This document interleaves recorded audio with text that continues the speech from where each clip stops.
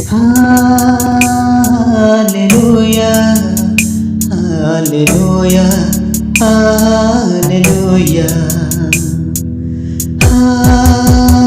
hallelujah, hallelujah, hallelujah.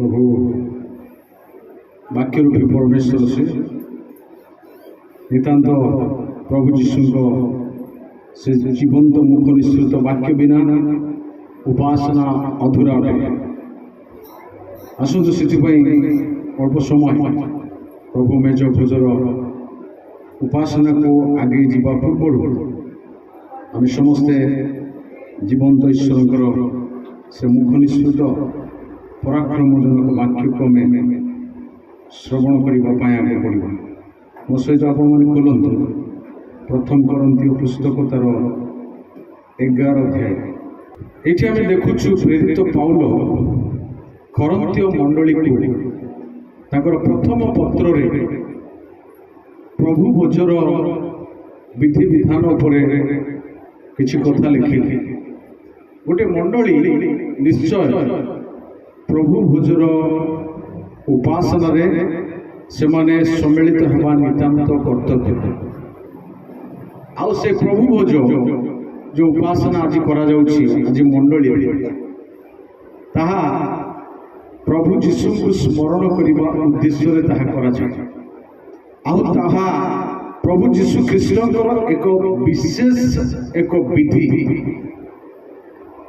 एवं ताहा नियम ताहा रक्तरे कृत रक्तरे स्थापित नूतन नियमर विधि हालेलुया एई विधि अनंत कालीन निमंते अर्थात प्रभु जीशु ख्रीष्टंकर से द्वितीय आगमन पर्यंत यह मंडली पालन करने प्रभु वाक्य माध्यम केवल जे करंथीय मंडली को कहले ताहा नुहे मात्र यही मंडली द्वारा विश्वर समस्त मंडली प्रतिनिधित्व करती हालेलुया यही मंडली विश्वर सब मंडली को प्रतिनिधित्व करे सुनिश्चित गोटे मंडली अच्छी माने प्रभु भोजर विधि नितांत आवश्यकता रही आम मंडली जिते स्टार्ट है आप जानते 13 वर्ष चलिए गोटे वर्ष पर आमर प्रभु भोजर विधि आम स्टार्ट है प्रभु भोजर विधि आरंभ करें हालेलुया गोटे वर्ष ही आम प्रभु भोज विधि करूँ जेहेतु आम टे कंजुस्टेड तापरे आते भी लोक हो नथिलु विभिन्न प्रकार परिस्थिति आमर थी जहाँ भी हो आज को प्राय 12 वर्ष होम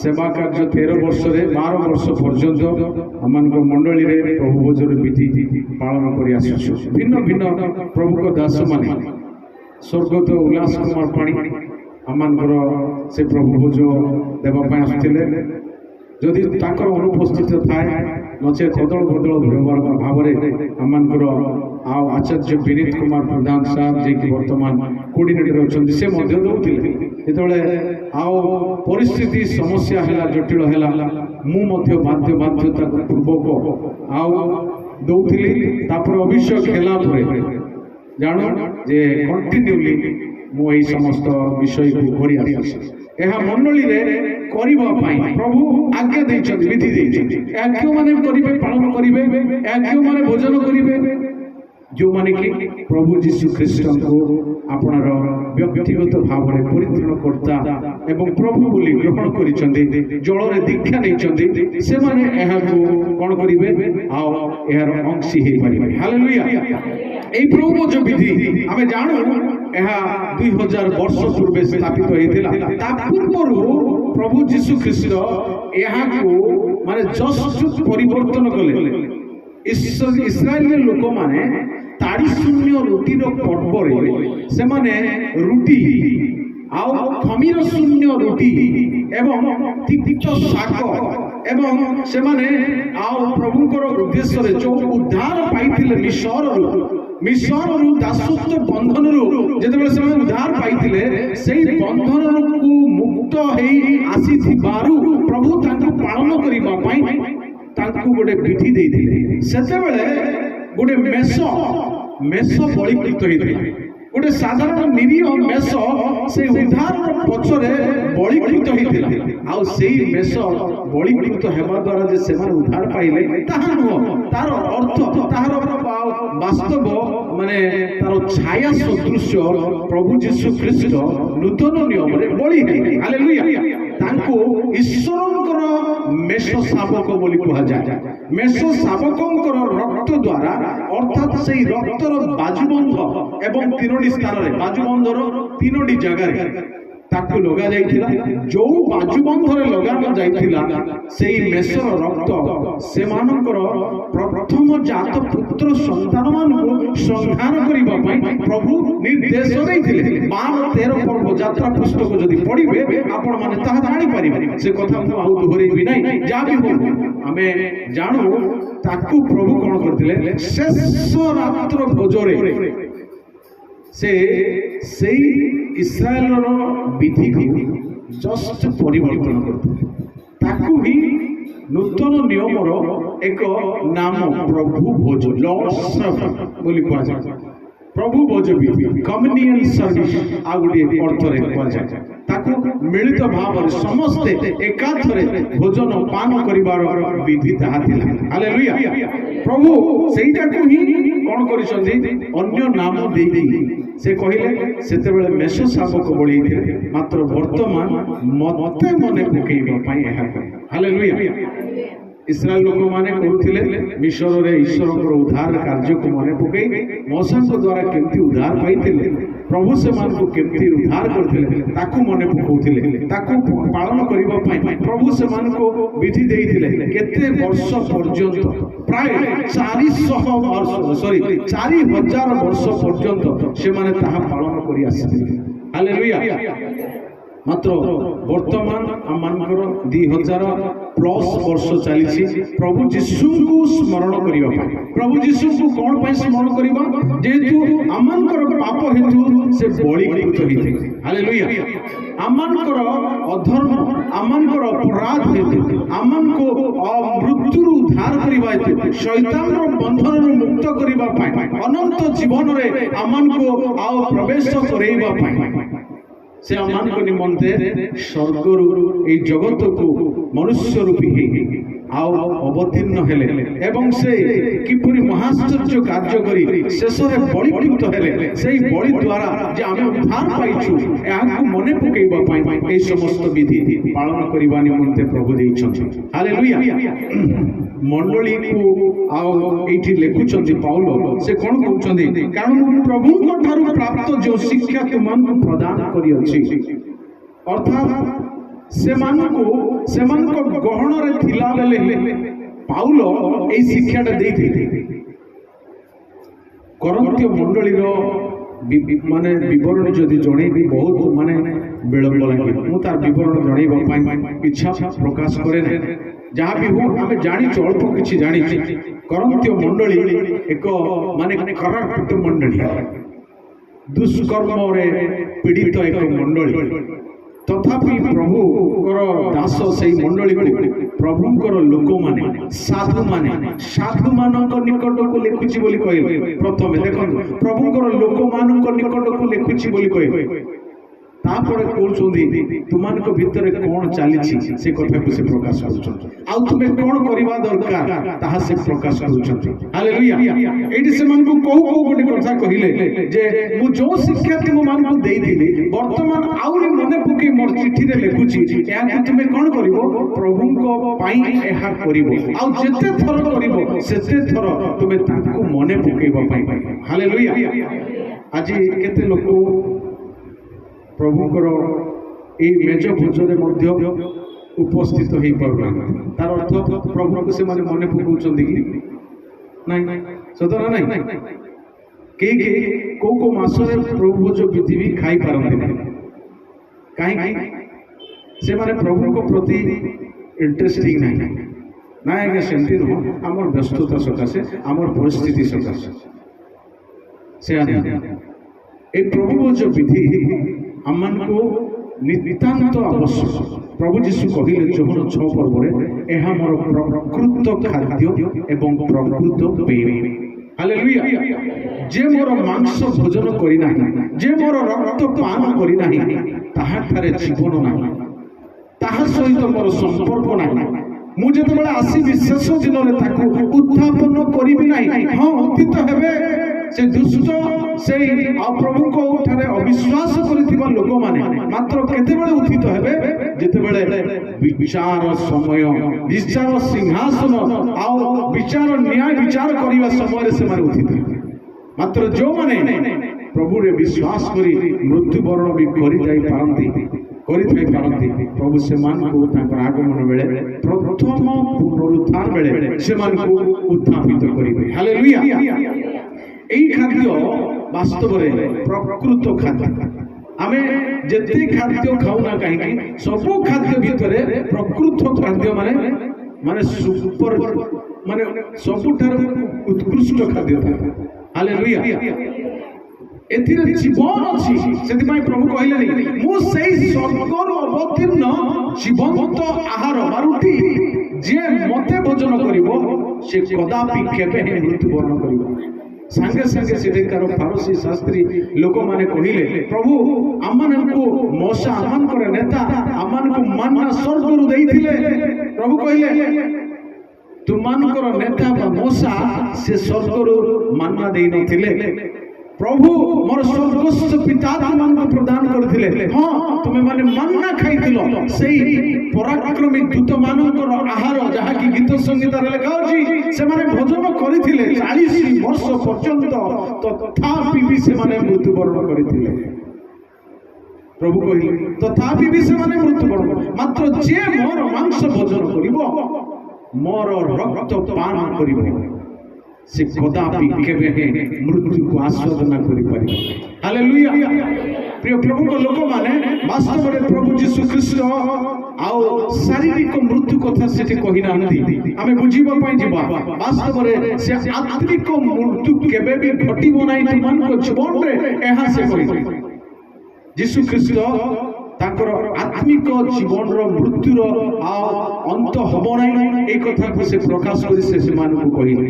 ବାସ୍ତବର କଥା ଏଇଠି ପ୍ରଭୁ ଆଉ ସେମାନଙ୍କୁ ପାଉଲଙ୍କ ଦ୍ୱାରା ସେ ଶିକ୍ଷା ଦେଉଛନ୍ତି ଯେ ମଣ୍ଡଳୀରେ ଏହା ତୁମେ ପାଳନ କରିବ। ଯେତେ ଥର ଯେତେବେଳେ ପ୍ରଭୁ ଯୀଶୁ ଖ୍ରୀଷ୍ଟ ଆଉ ପୁନରୁତ୍ଥାନ ହେଇ ସ୍ୱର୍ଗାରୋହଣ କଲେ, ତାଙ୍କ ଶିଷ୍ୟମାନେ କଣ୍ଟିନ୍ୟୁଲି 2 ପର୍ବରୁ ହିଁ ଆରମ୍ଭ କଲେ ପ୍ରଭୁ ଭୋଜ ବିଧି। ପ୍ରେରିତ ପୁସ୍ତକ 2 ପର୍ବରୁ ହିଁ ଯେତେ ଲୋକ ପ୍ରଭୁଙ୍କୁ ବିଶ୍ୱାସ କଲେ, ସେମାନେ ପ୍ରେରିତ ମାନଙ୍କର ପାଦ ତଳେ ଶିକ୍ଷାରେ, ସହଭାଗିତାରେ, ରୁଟି ଭାଙ୍ଗିବାରେ, ପ୍ରାର୍ଥନାରେ ନିବିଷ୍ଟ ଚିତ୍ତ ହୋଇ ରହିଲେ ବୋଲି ସେ ଲେଖା ଅଛି। ସେଇଠୁ ଆରମ୍ଭ ହେଲା ପ୍ରଭୁ ଭୋଜ ବିଧି। ଆଜି ପର୍ଯ୍ୟନ୍ତ ତାହା ଗୋଟିଏ ଏପରି ଏକ ବିଶେଷ ଗୁରୁତ୍ୱପୂର୍ଣ୍ଣ ଭୋଜ ଥିଲା, ଯାହା ସମସ୍ତେ ଏକ ପାତ୍ରରୁ ପାନ କରୁଥିଲେ, ଏକ ରୁଟିକୁ ମାନେ ଭାଙ୍ଗି ତାହା ବାଣ୍ଟି ଖାଉଥିଲେ। ଆଉ ତାହା ସେମାନଙ୍କ ପାଇଁ ପ୍ରଭୁଙ୍କର ଏକ ବିଧି ବା ବିଧାନ ଥିଲା। କାଳକ୍ରମେ ଯେତେବେଳେ ସମୟ ଆସିଲା, ପ୍ରତ୍ୟେକ ସପ୍ତାହରେ ସେମାନେ କରୁଥିଲେ, ପ୍ରତ୍ୟେକ ସପ୍ତାହରେ। ଆଉ ଯେତେବେଳେ ତାହା କରୁଥିଲେ, ଆଉ ସେମାନଙ୍କର ଏକ ଗୁରୁତ୍ୱପୂର୍ଣ୍ଣ ଗୋଟେ ମିଟିଂ ବସିଲା, ଗୁରୁତ୍ୱପୂର୍ଣ୍ଣ ମିଟିଂ ବସିଲା। ଆଉ ସେମାନେ କହିଲେ, ୟାକୁ ଆମେ ହାଲକା ଫୁଲକା ନେବା ନାହିଁ। এই ବିଧିକୁ ଯଦି ଡେଲି କରିବା, ଡେଲି ବେସିସରେ ଯଦି ୟାକୁ ଭୋଜନ କରାଯାଏ, ତାହେଲେ ୟାର ଗୁରୁତ୍ୱତା ନଥିବ, ୟାର ମାନେ ଭୟର ବିଷୟ ନଥିବ, ୟାର ଏକ ପବିତ୍ରତାର ବିଷୟ ନଥିବ। ସେଥିପାଇଁ ସେମାନେ କ'ଣ କଲେ, ଆଉ ଏହାକୁ ମାସରେ ଥରେ ବୋଲିକି ୟାକୁ ପ୍ରମାଣିତ କଲେ, ମାସରେ ଥରେ ତାକୁ ଭୋଜନ କରିବା ପାଇଁ। ଆଜି ମଧ୍ୟ କେତେ ମାନେ ଡିନୋମିନେସନ ମାନେ ଆମେ ବୁଝୁଛୁ, କେତେ ମାନେ ସମ୍ପ୍ରଦାୟର ଲୋକମାନେ ଆଜି ମଧ୍ୟ ସେମାନେ ଯେତେବେଳେ ବି ଏକାଠି ହୁଅନ୍ତି, ଯୋଉ ଦିନ ବି ଏକାଠି ହୁଅନ୍ତି, ସେମାନେ ତାକୁ माने व्यवहार करती प्रभु जो विधि को एते हल्का नहीं जाते एते हल्का नहीं जाते से मान को नाम कहवाई चाहे ना मात्र यह गुरुत्वता रहा यार पवित्रता यार भयावहता रहा प्रभु कहले आओ जे आमन को भयर सहित से लिखाई नहीं जी भोजन कर से आपना को समीक्षा कर हालेलुया सही पर्वर ही शेष आड़ को लिखाई जो माने भोजन करने जाऊँगी आपना को से समीक्षा कर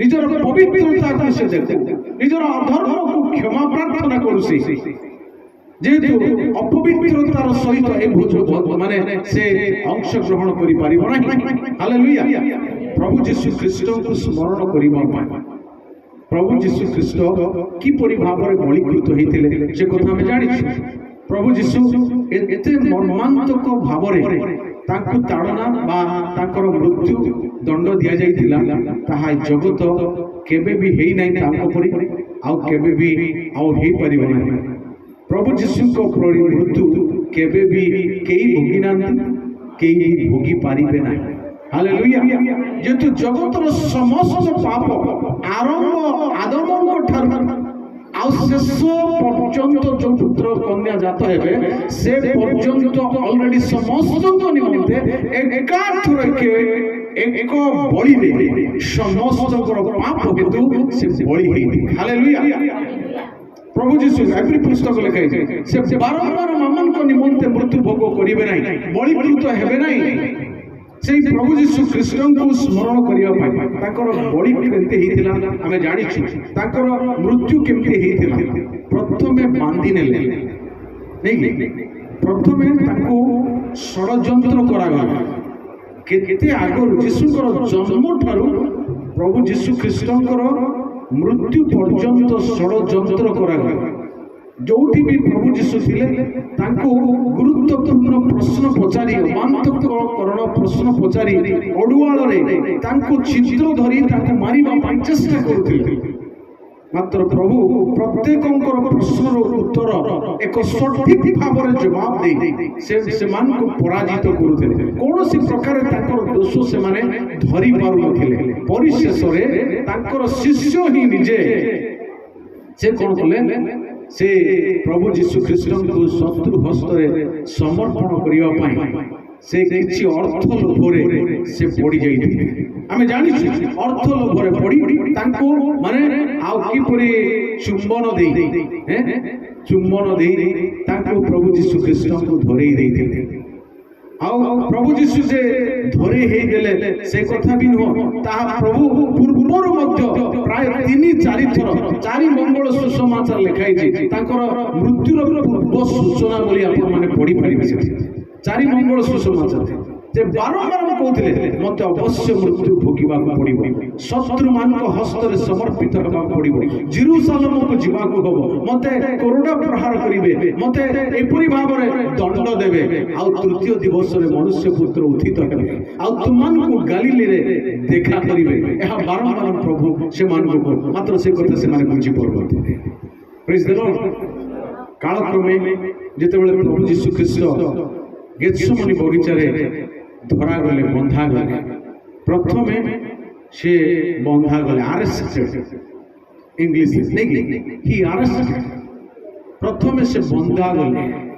आमन को हेतु से जो बंधा हेले से निज को समर्पित ही बंधा है एमती सेमती दौड़ुथिबा अवस्था रे ताको बांधी ना से प्रार्थना करुथिबा बेले बंधा है आ से कहले तुमे कहां खोजुछु से तुम्हें जहाँ खोजुछु मोर शिष्य मान को छाड़ी दियो हालेलुया ते बंधा हेले गोटी गोटी कथा कहिले तो बहुत विलंब हो से बंधा हेला परे महायाजकों को पाख को निया रात्रि तमाम ताको निमंते महायाजक को कयफा एवं हामन ना सॉरी हानन से माने कौन कले से माने आउ ताको विचार कले एई जाजक सेई जाजक ताको विचार कले ससुर जुई से माने होचंती महाजाजक दायित्व रे थिले से माने आउ से माने विचार कला परे महासभा कले प्रभु यीशु ख्रीष्टଙ୍କ ପାଇଁ प्रातः काल रे महासभा कले महासभा करी तांकर कोनोसी दोष न पाइबारु किछि माने लोक मानकु आउ एक मिथ्या साक्ष्य भाव रे ठिया कले मिथ्या साक्ष्य भाव रे अभियोग करी ये परा कहिथिले जे मंदिर को 3 दिन रे भांगी मु तोली देई पारि ये एमती कहि दे तथापि भी सेही समस्त माने साक्ष्य कोनोसी प्रकार यीशु ख्रीष्टଙ୍କର मृत्यु दंड निमंते एक समस्कंद नथिला जेतेबेले निजे जाजक पचारुछंती तुमर कथा कौन तुम्हें कौन कहबा पाई चाहछ जेतेबेले से कहिले मो मनुष्य पुत्र को ईश्वर दक्षिण पार्श्व महामहिम ईश्वर दक्षिण पार्श्व उपविष्ट हेबार देखुछि आउ से आगमन करिवे आउ से अयुत दूत मानक संगरे आसीबे एई कथा जेतेबेले कहिले जाजक कहउछंती आउ साक्षर कौन प्रयोजन अछि ये तो निजे कहउछंती मु सेई जो ख्रीष्टଙ୍କର ଅପେକ୍ଷାରେ ଥିଲ जो ମସିହାଙ୍କର ଅପେକ୍ଷାରେ ଥିଲ ମୁଁ ସେଇ ବ୍ୟକ୍ତି ଏହା ସେ ପ୍ରକାଶ କରିବାରୁ ଯାଜକ କ'ଣ କଲେ ତାଙ୍କର ବସ୍ତ୍ର ଚିରିଲେ ସେ ତାଙ୍କର ବସ୍ତ୍ରକୁ ଯୀଶୁ ଖ୍ରୀଷ୍ଟଙ୍କୁ ପରିଧାନ କରିବା ପାଇଁ ସେ ତାଙ୍କର ବସ୍ତ୍ରକୁ କାଢି ଦେଇ ଯୀଶୁଙ୍କୁ କେମିତି କାଢିଥିଲେ ଚିନ୍ତା କରନ୍ତୁ ଯୀଶୁଙ୍କୁ ଉଲଙ୍ଗ ଅବସ୍ଥାରେ କ୍ରୁଶରେ ଝୁଲେଇ ଦେଇଥିଲେ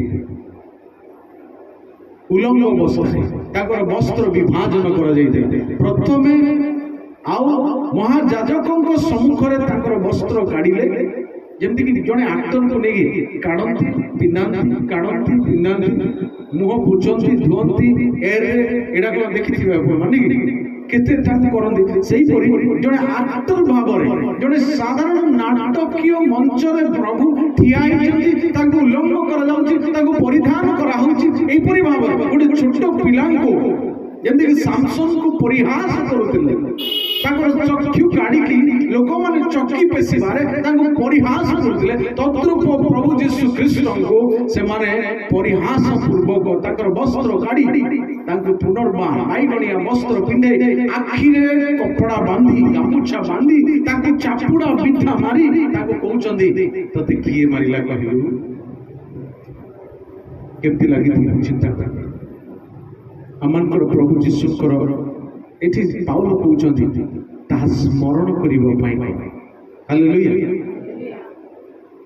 प्रभु गुडे माने कईदी टाइप रो बंधा हेले प्रथम षडयंत्र करा गले विचारित स्वयं जगतर विचार करता मृत्यु एवं जीवन थिबा प्रत्येक विचार करता न्याय भाव विचार करता से जड़े साधारण मनुष्य मान द्वारा विचारित होती महासभा विचारित होती आ देखुछु जेतेबेले आखि बांधिकी पिला को खेलैला बेले ताको कहउछंती किए तते माने कहलु तू पूरा जड़े भाववादी कहिदे तते किए मारिला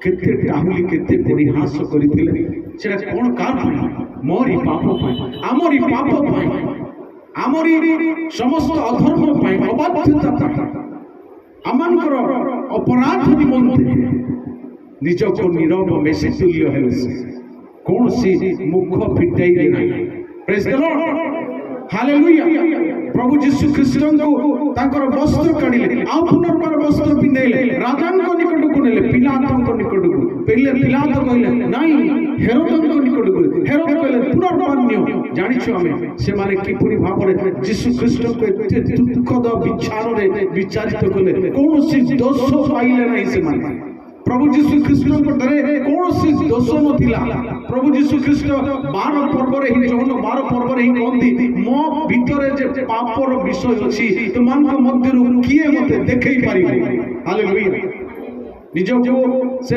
आह्वान दउछथि challenging himself among the precedent ଯାଜକ ମାନଙ୍କ नहीं ଯାଜକ ମାନଙ୍କ ଠାରେ ଆଉ ଫରେସି ସଦୁକି ଯୋଉମାନେ କି ଫାରୁସି ସାଧୁକ୍ୟ ମାନଙ୍କ ସେ ଆହ୍ୱାନ ଦେଉଛନ୍ତି କିଏ ମୋର ପାପ ଦେଖେଇ ପାରିବ। ତାପରେ ଆମେ ଦେଖୁଛୁ ଯେ ପ୍ରଭୁ ଯୀଶୁ ଖ୍ରୀଷ୍ଟ ବିଚାରିତ ହେଲା ପରେ ତାଙ୍କୁ କିପରି ଭାବରେ ମାନେ କଣ୍ଟାର ମୁକୁଟ ପିନ୍ଧେଇ ଦେଉଛନ୍ତି। କଣ୍ଟାର ମୁକୁଟ ସାଧାରଣ ମୁକୁଟ ନୁହେଁ, ବହୁତ ମାନେ କଷ୍ଟଦାୟକ, ମୁଣ୍ଡରେ ଫୋଡ଼ି ହେଇଯିବ, ଚାପି ଦେବେ ସେ କଣ୍ଟାର ମୁକୁଟ ବନେଇ, ଅର୍ଥାତ୍ ପରିହାସ ପୂର୍ବକ ଏ ଜିହୁଦୀ ମାନଙ୍କର ରାଜା ପରିହାସ କରି ତାଙ୍କୁ ମୁକୁଟ ନାହିଁ, ସୁନାର ମୁକୁଟ ନାହିଁ, ରୂପାର ମୁକୁଟ ନାହିଁ, କଣ୍ଟାର ମୁକୁଟ ପିନ୍ଧେଇ ତାଙ୍କୁ ଚାପି ଦେଲେ। କେମିତି ହେଇଥିବ ସେ କଣ୍ଟା ଫୋଡ଼ି ଯାଇଥିବ, କଣ୍ଟା ମୁଣ୍ଡରେ ବୁଡ଼ି ଯାଇଥିବ, ରକ୍ତ ସମ୍ପୂର୍ଣ୍ଣ ଝରି ଯାଉଥିବ, ତାଙ୍କୁ ଦାଢ଼ି ପୋଡ଼ାଗଲା, ତାଙ୍କୁ ଚାପୁଡ଼ା ମାରାଗଲା, ତାଙ୍କୁ ଛେପ ପକାଇ ଦିଆଗଲା, ତାଙ୍କୁ ଏତେ ଭାବରେ ତାଙ୍କୁ କଣ କରାଗଲା, ତାଙ୍କୁ ଦଣ୍ଡ ଦିଆଗଲା। ତାଙ୍କର ଦଣ୍ଡ ଅପସାରିତ ହେଲା ନାହିଁ, ଅର୍ଥାତ୍ ବନ୍ଦ ହେଲା ନାହିଁ। ତାଙ୍କର ଦଣ୍ଡ କଣ୍ଟିନ୍ୟୁଲି ମୃତ୍ୟୁ ପରେ ମଧ୍ୟ ତାଙ୍କୁ ବର୍ଚ୍ଛାର ଆଘାତ କରାଗଲା। ଜାଣିଛନ୍ତି ଆପଣ ये बंची ना मरी जाइछन्ति बोली वर्षारे बिंधिकी देखुछन्ति। जेहेतु जो माने मरी नथिबे से मानकु आंठु भंगा जीवार रोमियो एकर विधि थिला। रोमियो मानकर दंड विधानर एक विधि थिला। प्रभु जीशु ख्रीस्ट किपरि भावरे माने मृत्यु वरण करिसथि। कोरोड़ा प्रहारित हेले, सर्वांग शरीर स्थान नथिला। पैशन ऑफ द क्राइस्ट जदि देखिबे फिल्म ताहा बहुत असह्य जंत्रणा जंत्रणा पाउथिबा यीशु ख्रीष्टंकर चित्र से अंकित करा जायछि। मात्र ताहा भी यथेष्ट नथिला। ए वाक्य अनुसार जदि देखा जाए ताहा भी वास्तव रे यथेष्ट नथिला। तांकर अस्थि पंजरा गणा जाउथिला बोली बाइबल रे गीत संहिता रे लिखा अछि। हालेलुया। जेतेबेले तांको कोरोना मरा गला माने हाड़ तांकर अस्थि गणा हो जाता। प्रभु जीशु एते दुख भोगी आम कौन करुछु। आज पाउल कहउछन्ति तांको स्मरण करबा निमंते देखंतु 14 पदरे सॉरी 24 पदरे एहा तुमनको निमंते मोहर शरीर मते स्मरण करबा पाई। प्रभु जीशु ख्रीष्ट को कुरुड़ा मारिला बेले मांस खंड खंड ही बाहरी पड़िथिला। आगे आप देखी प्रश्न पचारे जदि देखिए ये बाइबल आप मैंने जापर चारि मंगल सुषमाचार शरीर में स्थान नथिला। गीत संहितार लिखा जाए पिठी रे सियार बसा जाइए। सियार माने हल कला लंगल हल कला आ गोटे जिनस थाए जोटा कि प्लेन प्लेन कर काठ फाट सब बाहरी पड़े पत्थर थिले बाहर कर दे एमती पूरा बाहर कर प्लेन हो जाए माटी पूरा चुना अर्थात प्रभु जीशु ख्रीष्ट को माने एपरी माने माने मृत्यु दंड दिया गया मांस बाहरी पड़े गोटे चषा जमी पड़िया पड़ी जाइए। दुख असह्य दुख आज आमर पाप आमर अपराध खाली जे आम प्रभु भोजर विधि खाइला बेले प्रभु जीशु ख्रीष्टंकर मृत्यु को मन पकेवा सबु बेले सब मुहूर्त मन पकेले भी ये कथा को भूली हेब ना। प्रिय मंडली प्रभु जीशु आम एते दुख सही एते यातना सही निंदा कले परिहास कले अवज्ञात कले मुंड हलैले लोक माने प्रश्न कर तुम्हें परा अन्य को उद्धार कर निजको उद्धार करो निजको रक्षा करो क्रूसरू ले आसो। हालेलुया। प्रिय मंडली ये कह जाए तुमने जेते थर ताहा भोजन करिवो मते स्मरण करबा निमंते आज आमे भूली जाओ ସେଥିପାଇଁ ଗୀତ ସଂହିତା 103 ଲେଖା ଅଛି, ମୋର ମଙ୍ଗଳ ଦାନକୁ ପାଶୋର ନାହିଁ। ହାଲେଲୁୟା। ସେ ତୁମର ଧର୍ମ କ୍ଷମା କରିଛନ୍ତି, ସେ ତୁମର ରୋଗ ସବୁ ସୁସ୍ଥ କରିଛନ୍ତି। 53 ଜିସାୟ ପୁସ୍ତକ 53 ଲେଖାଯାଏ, ଆମମାନଙ୍କର ଅପରାଧ ଯୋଗୁଁ ସେ କ'ଣ ହେଲେ? ସେ ପ୍ରହାରିତ ହେଲେ, ତାହାଙ୍କ ପ୍ରହାରରେ ଆମେମାନେ ସୁସ୍ଥ ପାଇବା, ତାହାଙ୍କର ତାଡ଼ନାରେ ଆମେମାନେ ଜୀବନ ପାଇବା। ଏଇଠି ଆମେ ଦେଖୁଛୁ ତାଙ୍କର ଶରୀର ଯେତେବେଳେ ଖଣ୍ଡ ଖଣ୍ଡ ହେଲା, ଚୂର୍ଣ୍ଣ ହେଲା, ଆଉ ଚୂର୍ଣ୍ଣ ହେଲା, ଆଉ ତାପରେ ମୁଁ କହୁଥିଲି ଦିନେ ଜିସାୟ ପୁସ୍ତକ, ଏବେ ଆପଣ ସୋରିଷ ଦେଖିଛନ୍ତି, ସୋରିଷ ତେଲ, ସୋରିଷକୁ ଯୋଉ ପର୍ଯ୍ୟନ୍ତ ଶୁଖା ହେଇନି, ଶୁଖେଇକି ପିଢ଼ା ହେଇନି, ସେ ପର୍ଯ୍ୟନ୍ତ ତେଲ ବାହାରେ। ପିଢ଼ା ହେଲେ କେମିତି ହୁଏ? ସୋରିଷ ଦେଖିଥିବେ ପୁରା ଚୂର୍ଣ୍ଣା ହେଇଯାଏ। ସେଇଠି ଲେଖା ଅଛି ଜିସାୟ ପୁସ୍ତକ 53ରେ, ସେ ଆମମାନଙ୍କ ନିମନ୍ତେ ଚୂର୍ଣ୍ଣ ହେଲେ। ତାର ଅର୍ଥ ଗୋଟିଏ ମଞ୍ଜି ଚୂର୍ଣ୍ଣ ନହେଲେ ତାହା ତୈଳ ନିର୍ଗତ ହେବ। ଦ୍ରାକ୍ଷାର ଫଳକୁ ଯୋଉ ପର୍ଯ୍ୟନ୍ତ ଆମେ ଗ୍ରାଇଣ୍ଡିଂ ନ କରିବା, ତାହା ରସରେ ପରିଣତ ହେବ ନାହିଁ।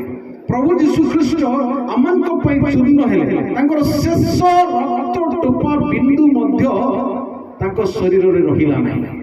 ଯେତେବେଳେ ବର୍ଷାର ଆଘାତ କରିଗଲା, ସେତେବେଳେ ରକ୍ତ ସହିତ ପାଣି ମଧ୍ୟ ବାହାରିଲା। ତାର ଅର୍ଥ ରକ୍ତ ସମ୍ପୂର୍ଣ୍ଣ ନିଗାଡ଼ି ହେଇଗଲା, ଆଉ କୌଣସି ରକ୍ତ ତାଙ୍କ ଶରୀରରେ ରହିଲା ନାହିଁ।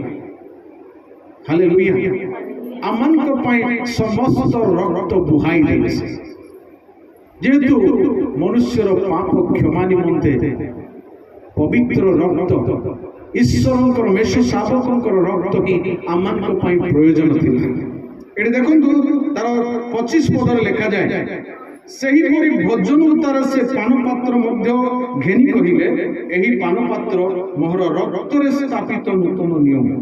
ତୁମେମାନେ ଯେତେ ଥର ଏଥିରୁ ପାନ କର, ସେତେ ଥର ମତେ ସ୍ମରଣ କରିବା ନିମନ୍ତେ ଏହା।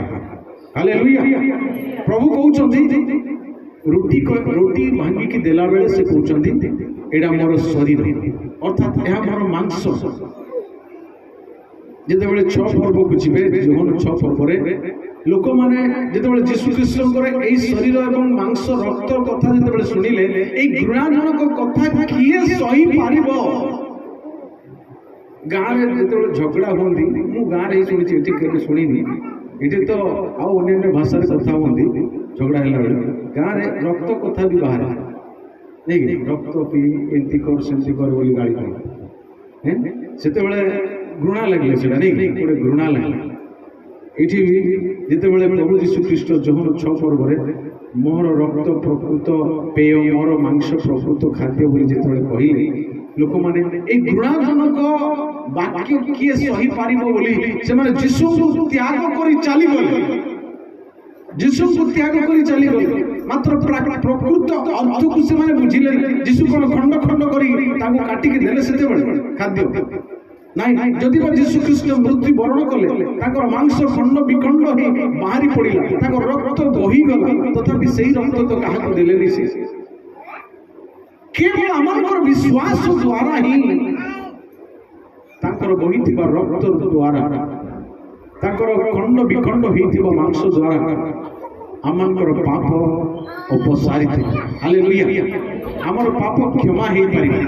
ଏଠି ଆମେ ଦେଖୁଛୁ ଯେ ପ୍ରଭୁ ଯୀଶୁ ଖ୍ରୀଷ୍ଟ ପାନପାତ୍ର ଅର୍ଥାତ୍ ଦ୍ରାକ୍ଷାରସ, ସେମାନଙ୍କର ବିଧି ଅନୁସାରେ ସେମାନେ ଦ୍ରାକ୍ଷାରସ ଏବଂ ରୁଟି ଖାଉଥିଲେ। ସେତେବେଳେ ପ୍ରଭୁ ସେଇ ଆଉ ତାଡ଼ି ଶୂନ୍ୟ ରୁଟିର ପର୍ବର ଦିନରେ ସେମାନେ ଏଇ ରୁଟି ଏବଂ ଦ୍ରାକ୍ଷାରସ ଖାଇଲା ବେଳେ ପ୍ରଭୁ କହୁଛନ୍ତି, ଏଇ ପାନପାତ୍ର ମୋହର ରକ୍ତରେ ସ୍ଥାପିତ ନୂତନ ନିୟମ। 4 ମଙ୍ଗଳ ସୁସମାଚାରରେ ସେ କହୁଛନ୍ତି ଏହା ତୁମେ ଯେତେ ଥର କରିବ ସେତେ ଥର ମୋତେ ମନେ ପକେଇବା ପାଇଁ। 26 ପଦ ଦେଖନ୍ତୁ, ଶେଷ ପଦ, ତାପରେ ଆମେ ସମାପ୍ତ କରିବା।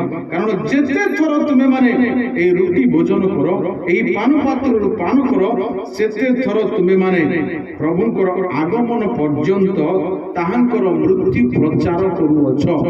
ପ୍ରଭୁ ଭୋଜ ଖାଇଲେ ମଧ୍ୟ ଆମେ ଗୋଟେ ପ୍ରଚାର କରୁଛୁ ବୋଲିକି ବାକ୍ୟରେ ଲେଖା ଅଛି।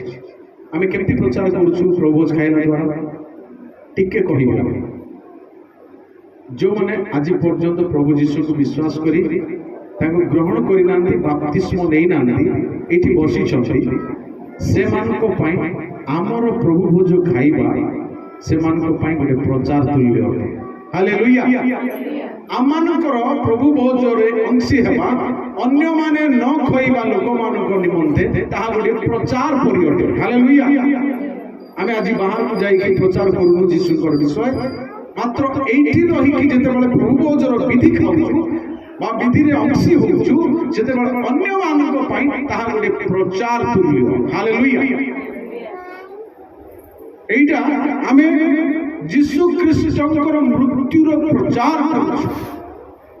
ଯୀଶୁ ଖ୍ରୀଷ୍ଟଙ୍କର ମୃତ୍ୟୁର ପ୍ରଚାର ଆମମାନଙ୍କ ନିମନ୍ତେ ଜୀବନ ଆଣିଦିଏ।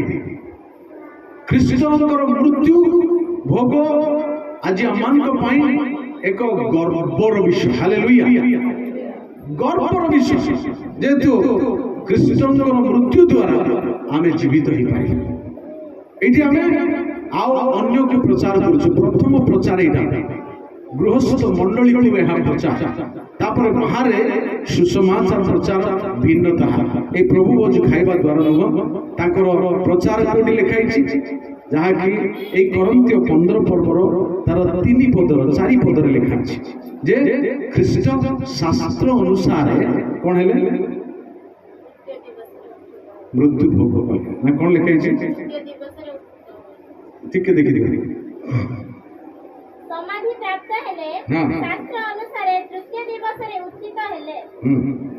ଏଇଠି ଲେଖାଯାଏ ଯେ 15 ପର୍ବର ତାର 3 ପଦରେ, କାରଣ ଯେଉଁ ଶିକ୍ଷା ମୁଁ ପାଇଥିଲି ସେଥିମଧ୍ୟରୁ ଏହି ପ୍ରଧାନ ଶିକ୍ଷା ତୁମମାନଙ୍କୁ ପ୍ରଦାନ କରିଥିଲି। ଏଇଠି ମଧ୍ୟ କହୁଛନ୍ତି ମୁଁ ଯେଉଁ ଶିକ୍ଷା ପାଇଥିଲି ସେଇଟା ତମକୁ କହିଥିଲି। ସେଇଟା ହଉଛି କଣ? ଖ୍ରୀଷ୍ଟ ଶାସ୍ତ୍ର ଅନୁସାରେ ଆମମାନଙ୍କର ପାପ ନିମନ୍ତେ ମୃତ୍ୟୁ ଭୋଗ କଲେ। 4 ପଦ ଲେଖା ହଉଛି ସମାଧି ପ୍ରାପ୍ତ ହେଲେ, ଶାସ୍ତ୍ର ଅନୁସାରେ ତୃତୀୟ ଦିବସରେ ପୁନରୁତ୍ଥିତ ହେଲେ। এইটা ଅନ୍ୟକୁ ପ୍ରଚାର କରିବା ବିଷୟ। ହାଲେଲୁୟା। এইটা ହଉଛି ସୁସମାଚାର। এই ସୁସମାଚାର ବାହାରେ କୁହାଯାଏ, ମଣ୍ଡଳୀ ଭିତରେ କୋଉ ସୁସମାଚାର? ପ୍ରଭୁ ଭୋଜ ଖାଇବା ଦ୍ୱାରା ସାଇଲେଣ୍ଟଲି, ଅର୍ଥାତ୍ ନିରବତାର ସହିତ ପ୍ରଭୁ ଭୋଜକୁ ଗ୍ରହଣ କରିଲା ବେଳେ ଅନ୍ୟ ପାଇଁ ତାହା ପୁଣି ସୁସମାଚାର। ବାଇବଲ କୁହେ। ହାଲେଲୁୟା। ତାହା ନିରବତାର ସୁସମାଚାର। ପ୍ରିୟ ପ୍ରଭୁଙ୍କ ଲୋକମାନେ, ଆଜି ପ୍ରଭୁଙ୍କୁ ସ୍ମରଣ କରିବା ପାଇଁ ପ୍ରଭୁ ଆମମାନଙ୍କୁ ଏହି ବିଧି ଦେଇଛନ୍ତି। ଏହା ନିତାନ୍ତ ଆମମାନଙ୍କ ପାଇଁ ଏକ ଜୀବନ ଆଣିଦେବାର ବିଷୟ। ଆମମାନଙ୍କୁ ଜୀବନ ଦିଏ, ଆମମାନଙ୍କୁ ପ୍ରଭୁଙ୍କୁ ମନେ ପକାଇବା ପାଇଁ ସାହାଯ୍ୟ କରେ। এই ବିଧି ନିତାନ୍ତ ଆମେ ସବୁ ଭୋଜ ଠାରୁ, ସବୁ ଖାଦ୍ୟ ଠାରୁ ୟାକୁ ପ୍ରାଧାନ୍ୟତା ଦେବା ଆମମାନଙ୍କର ନିତାନ୍ତ ଆବଶ୍ୟକ। ଏହା କରିବା ଦ୍ୱାରା ପ୍ରଭୁଙ୍କୁ ମନେ ପକାଉ, ପ୍ରଭୁଙ୍କୁ ମନେ ପକାଉ। ହାଲେଲୁୟା। ଯେତେବେଳେ ଅନେକ ଦିନ ପରେ ଜଣେ ଲୋକଙ୍କ ସହିତ କଥା ହେଇଥିଲି, ବହୁତ ମାନେ ଘନିଷ୍ଠତା ତାଙ୍କ ମଧ୍ୟରେ ଥିବ, ଅନେକ ଦିନ ବା ଅନେକ ବର୍ଷ ପରେ ଯଦି ତାଙ୍କ ସହିତ ଆମେ ଯେତେବେଳେ କଥା ହଉ ଭୁଲି ଯାଉ, ସେ ସେତେବେଳେ କଣ ବୋଲି କୁହନ୍ତି, ମତେ ପାଶେରି ଗଲେ, ମତେ ଚିହ୍ନି ପାରିଲେନି। ଏତେ ଆମେ ଘନିଷ୍ଠତା ଥିଲୁ, ଗୋଟେ ଜାଗାରେ ବସୁଥିଲୁ, ଗୋଟେ ଜାଗାରେ ଖାଉଥିଲୁ, ଭଲ ମନ୍ଦରେ ଆମେ ସବୁ ସାହାଯ୍ୟ ସମ୍ପର୍କ ଥିଲା। ଆଜି ତୁମେ ଏତେ ଜଲ୍ଦି ଭୁଲିଗଲ।